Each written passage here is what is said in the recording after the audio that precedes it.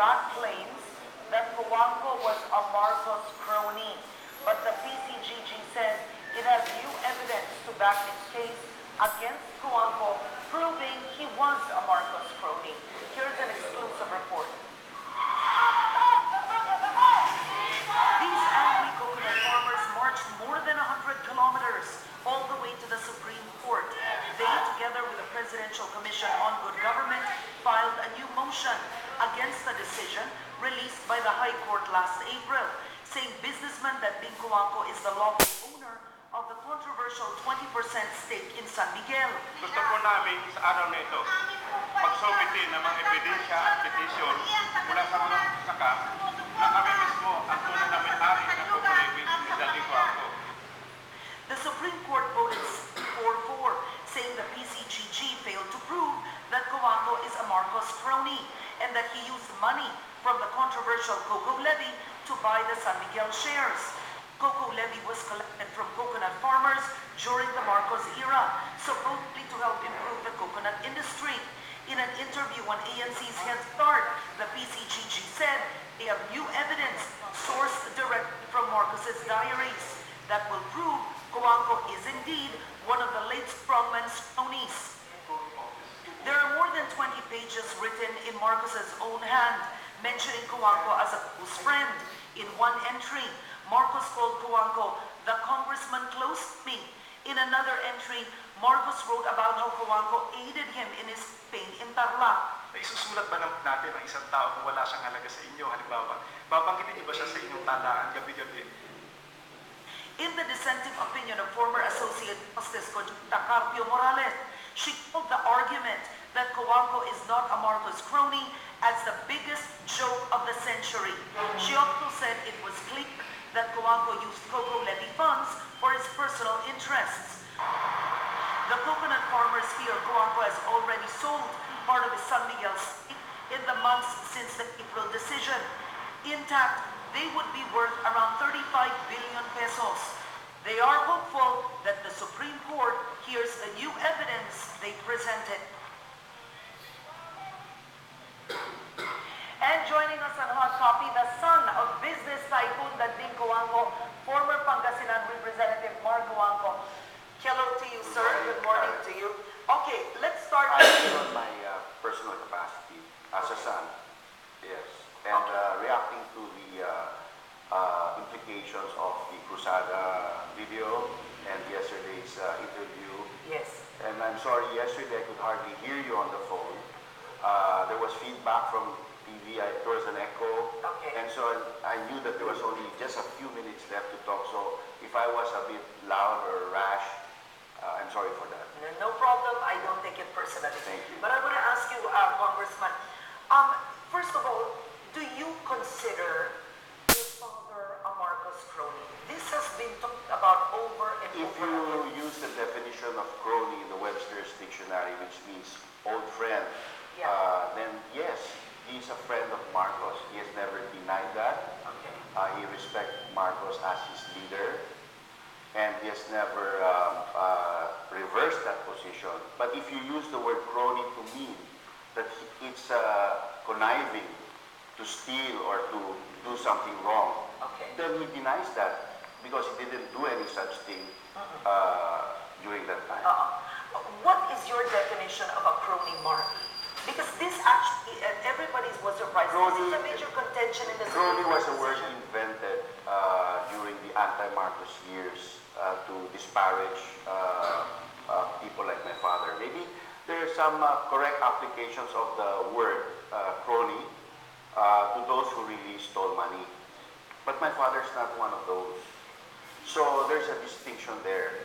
No? So with that definition that is a malicious definition of the word crony, then I disagree with that as a descriptor for my father. Okay. What about the definition that many writers have put up, that a crony is someone who has taken advantage of his connections to enrich himself?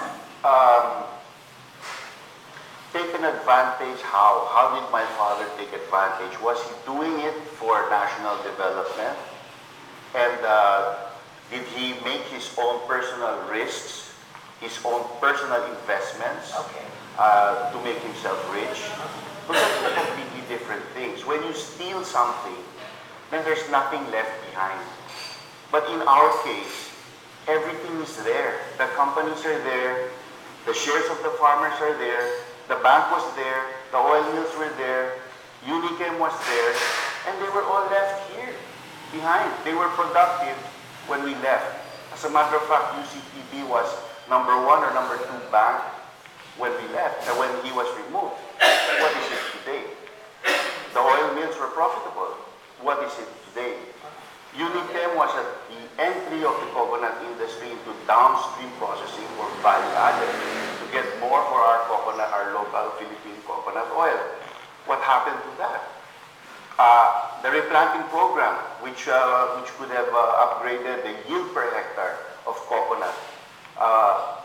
Indonesia and Malaysia copied us, and they're ahead of us now in terms of the ranking of coconut supplier in the world. What happened to that? And those were all intact when my father was handling that. Okay. So All right. where is that now? Let's give a brief. In other words, what was stolen? It's there. That's why we're still talking about it today, because it's still there. It was not removed. Okay. Yes. Before I move on to the next question, let's give a primer for those watching. What the coconut industry reform movement and the PCGG believe, so that they're both sides to the story, is this is what happened. I will ask you to correct it or give your version along the way. In the 1970s, the coconut farmers were taxed for a certain amount regarding the kilograms that they had sold to a trader. Okay? So let's say if the coconut was worth 100 pesos, they would be paid 85 pesos. 15 pesos hypothetically would be removed. The miller, which would be your father, would then remit that to government. In the coconut farmers believe they were paying that tax because in the end it would be better for them. It would come back to them. Our contention is that it was never a tax, but okay, let's use Okay. Let's use your definition. Uh-oh. There was a levy before that Yes. was a tax. Now I'll call that the levy. Okay. And this fund that you're talking about, the levy you're Yes, talking about, we'll use for now, Yeah. for just this discussion, I will call it contribution. They're two different. Okay. Two different. Yes, that's very different. A levy is imposed. Okay. A There was contribution a is levy. voluntary. Okay. Yeah. So that levy was the levy that I'm talking about, the first one, was collected before my father's time. It amounted to 80 million pesos. Yes, And in there the was 1970s. there was a stipulation in the law that if it would not reach 100, it would revert. Okay. So Revert where? to the government, Okay. because that was really a tax at the time. So during my father's time, the COCOFED requested, sayang naman is 80, if you could give us 20 more, then we could keep the amount for the benefit of the farmers, the COCOFED at the time. Okay. And that's the levy. It was deposited in the DBP. It has never been touched. Actually, they have 3 buildings in the Coconut Industry Fund, no? Owned by the Coconut Industry Fund, that they have to show for that 100 million. Okay. The collection is what we're talking about, which is the, I think, 8-9 billion collection over so many years. Okay. Out of that amount, the total amount collected, 2.5 billion were used for the bank, Okay. the oil mills, the insurance company, the oleochemical plant, and the acquisition of the San Miguel shares. 2.5 billion. Okay. Just the San Miguel shares alone today, according to my father's detractors, are worth 93, 35. or whatever. Well, that's the estimate. Yesterday, your guest said 95, whatever it is. So according to them, No, but no, if the CIIF was Let's- common shares, it would be 95, but it's preferred, so go ahead. okay, so it's worth that much. Okay. For the last 12 years since my father took over, this ownership of the coconut farmers, which we never claimed, which my father never claimed. Okay. Has been giving dividends of 1.3 billion pesos a year. Okay. So wherever that's going, since we're not in control of the coconut industry, Yeah. we don't know. So if you count 12 years for, 10 years, times 1.3 billion, that's 13 billion pesos. Okay. So where's that? Okay. All right. And then, when it became preferred shares, the amount went up to 4.5 billion Yes. pesos minimum a year. Yeah. So that's now been going on for the last 2 Yes. years. That's also That's contested. now 9 billion. Yes. That's not being contested Oh yeah, by you're right. us. Not by you guys. That's No, theirs. that's theirs. Agree. Okay. So now, my father was offered shares by Enrique Sobel. I don't know how old were you at that time, but if you read the newspapers, that there was a quarrel within their family, Yes. the Sorianos and the Sobels, and the Sobels wanted out of San Miguel. Enrique Sobel offered the shares to my father, who saw it as a business opportunity and was criticized for buying it at a premium at the time, saying that he was crazy paying so much for those shares. He borrowed the money, he bought the shares, he paid the loan is fully paid, and so why isn't it his? Okay, let's stick with that argument, all right, so that it's more focused, all right? You're right. For those that are watching, we're speaking about two specific shares in San Miguel. The You're right farmer there. shares. Yes. There is the Danding Cojuangco shares, which are 20%, which were contested. And then there is the CIIF, which is the Coconut Industry Investment Fund shares, which amounts to 24%, which, Mark, you are right. No, not 24%. Okay. It's 27. Okay. It was more before, Now, but it's 27. You have to ask PCG why that is so. all right. But May I that's what continue? it is. All right. Which you are right that you are not contesting Not that those contesting are that. your shares. Yes. So what your point is, the 24% 20. lump. 20. 24, no, I'm talking about CIIF Okay, first. okay. What you are saying is the 24% block or 27% block in San Miguel, which now produces a cash dividend a year of 4 billion. 4.5 4.5 billion for pesos the coconut farmers. should go to the coconut farmers. No, we're not contesting No, that. It that's should, right. but it's not It's our not. control. Yes. That is with the PCGG. The money goes to the PCGG. So if it doesn't go to the coconut farmers, why are you looking for it from Danding Cojuangco? Okay, now good point. Let's discuss that part. The 20% shares, the question which was discussed in the Supreme Court decision, I've read a few of the decisions, including the dissenting opinions, is that the money that Danding had used to buy, he had loaned from UCPB, which were funds coming from the farmers, used it to buy the San Miguel shares, and still ordered at some point, the Sandigan buyer ordered it be paid back, but still from UCPB. So the question now, Mark, is this. What money did your father use to buy those shares? That's what you were texting me yesterday. In the first place, the deposits at UCPB were always a majority of commercial deposits. Okay. Now, once you deposit money into a bank, it's not your money anymore, it's the bank's money. It has an obligation to lend that so that it could make its own income. Yeah. Okay, so the moment you deposit a fund into the bank, that's the bank's lending funds, right? And the bank has an obligation to the fund. Okay. But the bank's money, there's nothing printed on the money that says levy money. Oh. No? The money is money. Yes, yes. Okay, so the bank lent the money, and we bought it was fully collateralized. I mean, the value of the shares. Eventually, my father was proven right because they said he was crazy in the beginning. I understand. And now it was fully paid, without any arrears, no default. So how did it become stolen? But There's risk. When you borrow money, you can lose it. If you miss your payment, if you go on default, the bank can foreclose your assets. Everything you made is unlocked. Okay, So how could my father have stolen that? Okay, but Mark, think on the part of the NGO, the cocoa farmer, where your father was the only trader. He was the only one that was allowed to export then, during his time, copra for that matter. He was a part of the board of directors or heading the oil mills. Part of those, he partly headed UCPB, was one of either the board of directors or headed it. So if you look at the trail, everywhere where he was remitting the money, But your father was the a boss. all the decisions made by my father were for the interest of the institutions he ran.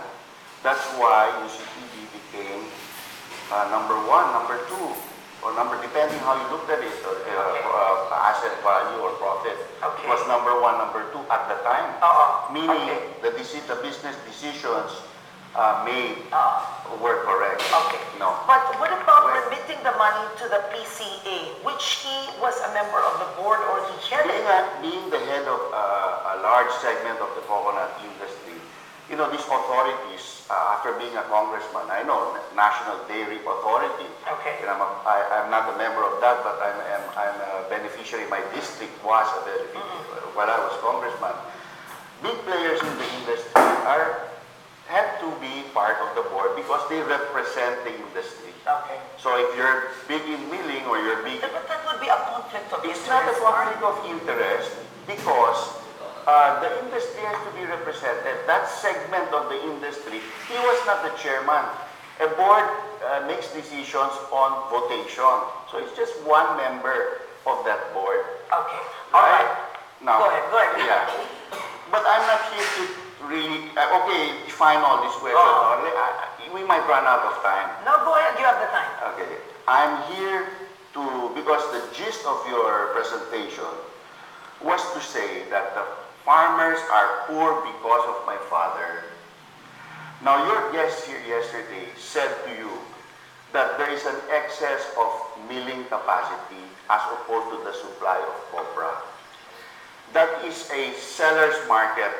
That defines a seller's market, meaning that capacity, since it's in excess, will all be competing for the limited supply of copra. And therefore, the farmers will get the highest possible price today. Okay. The land holdings of farmers during those times were 4 or 5 hectares. But because every generation that passes, you make your children inherit the land, it's getting smaller and smaller. So let's say it's 1 hectare or 2 hectares average now. I checked with PCA over the web yesterday to get the average prices of copra today. It's 37 pesos, 37.50. So the average yield of copra per hectare is only 750 kilos. Okay. So if you multiply that, you're talking of 27,750 pesos gross a year. The owner of the land still has to get somebody, itasin mo, kayurin mo, lutuin mo, tuyuin mo, isapo mo, i-transport mo. So at the end of the day, magkano na lang ang mapupunta sa coconut? I agree with you. Ngayon, Okay. my father had a big plan for the industry. How to increase the yield per hectare 5 times by planting the hybrid coconut. So we established the seed garden, but it was all canceled when he was taken out. Okay. Who is responsible that these things did not happen? Yeah.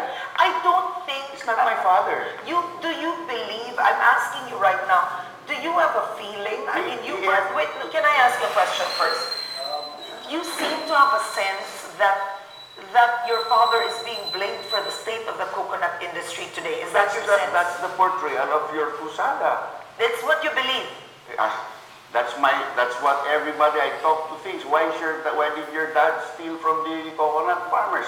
My dad didn't steal anything. The shares are there, being held by the PCGG, owned by the coconut farmers.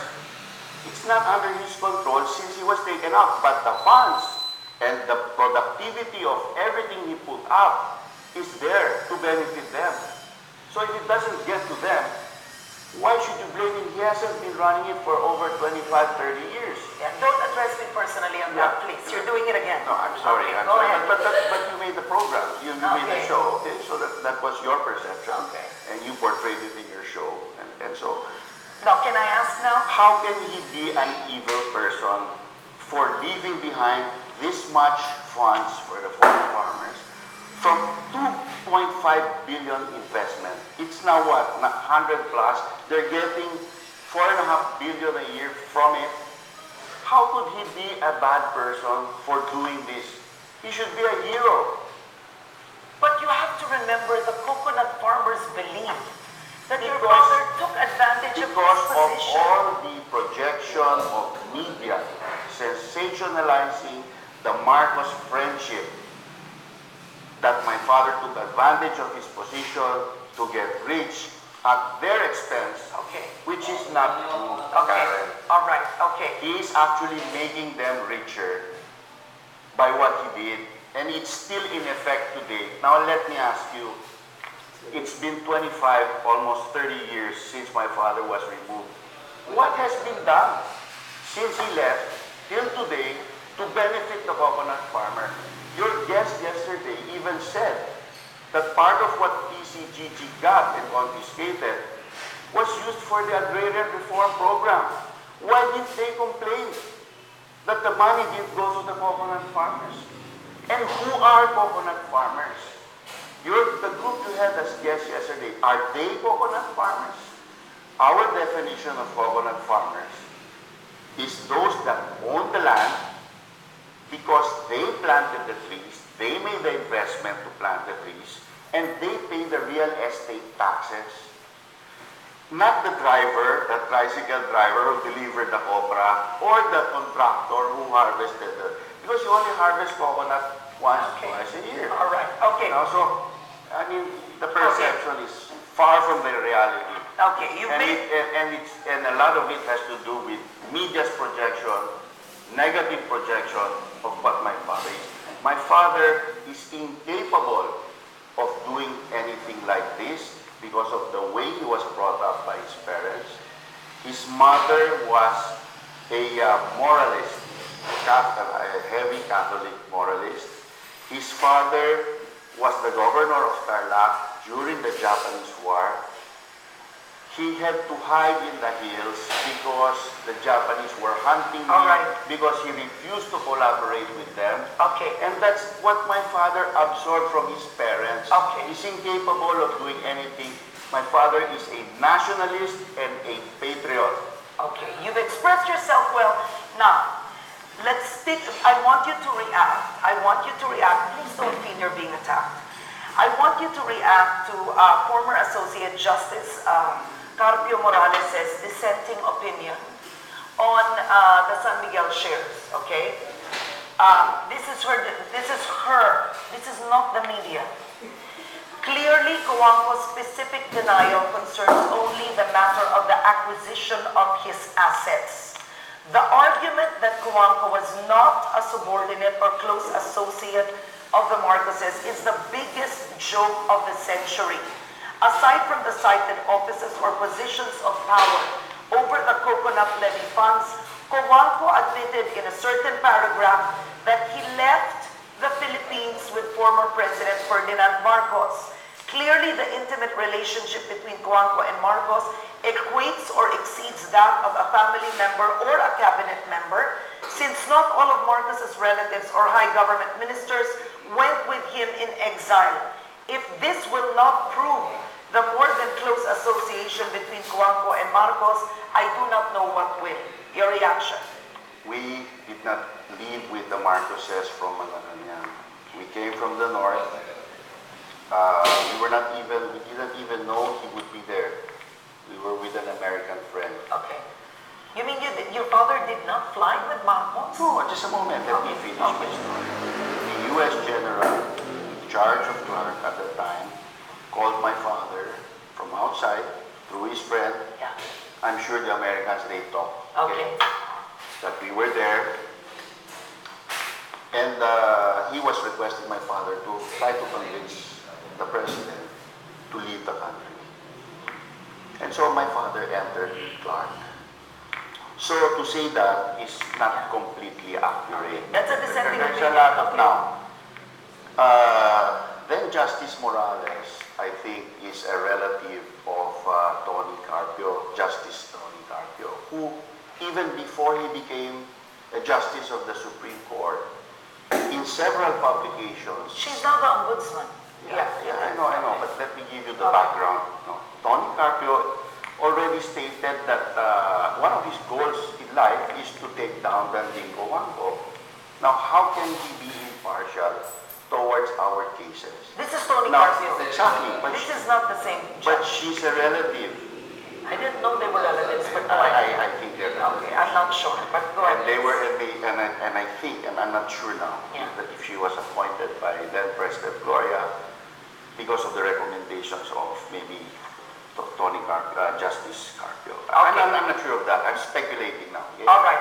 Okay, So, let's stick yeah. to the dissenting opinion, then you can react. This is our former Associate Justice Carpio Morales. Danding Cojuangco's use for his personal benefit for the very same funds entrusted to him, which was released to him through illegal and improper machination of loan transactions and his contravention of then existing corporate laws and laws restricting a bank's exposure to its director or officers indicate a clear violation of such fiduciary duty. She's saying Yeah. he did it, he clearly used it for his personal benefit.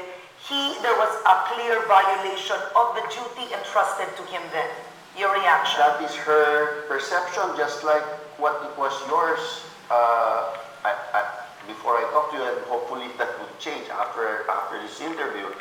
But that's her perception because that's what she's been hearing.